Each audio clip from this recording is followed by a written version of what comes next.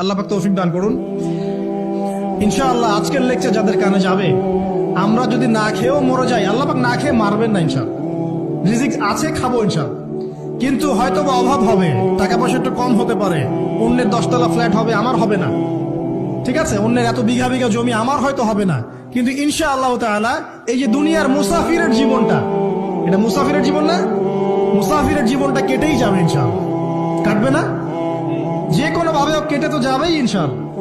এই যে পরকালের জীবনটা একটা চেতনার শক্তি, জানেন, দুনিয়াতে যত বাধা বিপত্তি আসুক, গাল মন্দ খান, গীবত তহমত খান, কষ্ট হোক, নির্যাতন হোক, একটা বিষয় মনের মধ্যে শান্তি দেয়। কি শান্তি?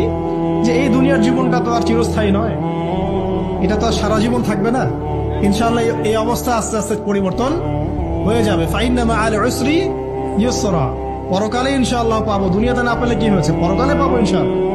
যুবক ভাই, এসব জেনা ছেড়ে দেন, আল্লাহ রাব্বুল আলামিন আপনার জন্য হুর রেখেছেন জান্নাত, ইনশাআল্লাহ পাবেন ইনশাআল্লাহ।